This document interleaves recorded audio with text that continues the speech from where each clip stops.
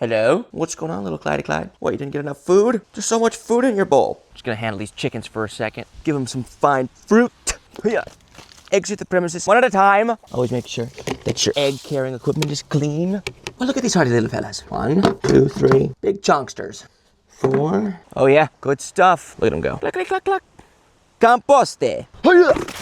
Safe. Hey boy, who's this lovable munchkin? The reason why I've assembled you all here today is because we're going to collect some grapes. The grapes are coming in grape abundance. They're coming in hot. We're going to collect a bunch of them, and we're going to get some figs, some figazoids, because those are also awesome. It's out of control. All you need is love. And clippers. Let me show you something. Red grapes everywhere. We're going to pick them all. It's going to be amazing. Get a basket and just start choppity chop chopping. Release them from their viney prisons. It's like a grape rapture. Beautimus, beautimus, my grapes are beautimus. Release my grapes. Let my grapes go. Look at progress we're making, huh? Oh yeah, awesome. I love it. These are Moscato grapes, some of the sweetest you can grow. And let me tell you something. These are the most tasty grapes I've ever had the misfortune to have diarrhea from. Oh, look at this absolutely beautiful bunch of grapes, like they fell from heaven and landed in my palm.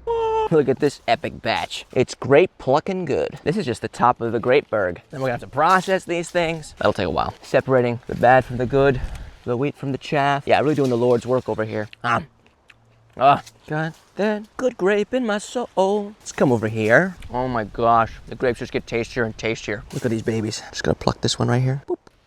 Skin's a little tough. You can eat it, but you don't have to. Feel like a Roman emperor who couldn't wait for his chefs to go out and get the grapes. You're just like, screw it, I'm gonna do it myself. The deliciousness factor is out of control. It's like eating sugar. You guys ever drank just pure maple syrup? Kind of what this is like. You can't tell me you're not in love with this enormous batch of grapes. We're the first diabetics, Roman emperors, who just ate way too many Moscato grapes. The doctor's just like, your blood sugar is 2,000 and your diarrhea levels, it's not even liquid anymore. Your poop has turned into pure vapor poop. What are you eating? Just like, Moscato grapes. Looks sickly, his skin's turning purple. It's like, your blood is 50% grape juice right now. You have 50% grape juice blood. How are you gonna rule a nation if you're mostly grape juice? Grapes don't rule things. The Roman emperor's like, grapes rule my soul. The doctor writes him a prescription for Benadryl. But of course, Benadryl's illegal in Rome because they know better. So somebody finds out and the doctor gets his head cut off. But he did it for the people.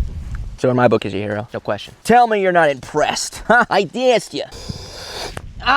Woo! So, you might recall a little while ago, I mentioned this fig tree in a video, and I was like, this tree produces the best figs you've ever eaten in your life. Incredible figs. Figs out the wazoo. Incredible, amazing August fruit. And yes, it's happening. Fruits are coming in. I'm gonna bag them up. At some point, I'm gonna make jam out of them. I'm gonna consume them as I pick them because I'm this decadent Roman emperor. I love the fig. Kumbaya. How I love the fig. Kumbaya. For those of you who may be living in some third world backwater barbarian country full of savages and evil people, this is a fig, okay? It's got a rind. You can eat it with the fig or you can take it off. I like to take it off most of the time, but sometimes I just eat it all together. This is an August Mediterranean fruit. If I open it up, boom, look at that. It's like a jam on the inside, lots of little seeds. Dark red if it's a really good one, and this is a really good one. And it tastes like sunshine and happy smiles. Something that you wouldn't know about if you come from one of those third world barbarian countries that don't have figs. I'm radiant.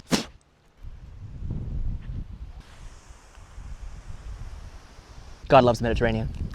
I don't make the rules, guys. Just happy to share them with everybody. Now, of course, the thing about figs is that they're really sticky. They have this little milk. It's kind of acidic, and my lip hurts. I got a little cut in my lip. So because the figgy juice got on my lip, now it kind of stings. Kind of dries out the mouth a bit because can't have too much of a good thing. That'll be a little thorn in your rose. Can't trust a rose with no thorns. And that's why my lip is stinging right now. But anyway, if you don't have figs, you're still cursed. Just saying. I don't make the rules. When eternity later.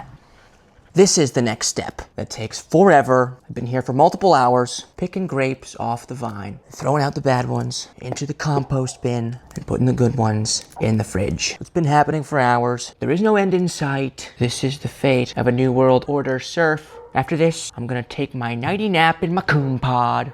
It's the grapes. You will own grapes, and you will be happy. I can't do a German accent. Yeah? No, accents are hard. I can never get the Australian accent. I just can't do it. It's like, it turns British for me. What if I just do upward inflections? Does that help? Is put the water to boil? They have the most elusive accent. Crikey. Boop, boop, boop, boop. That's what we got left. But there's way more. Look at this. Oh, it's grape-tacular.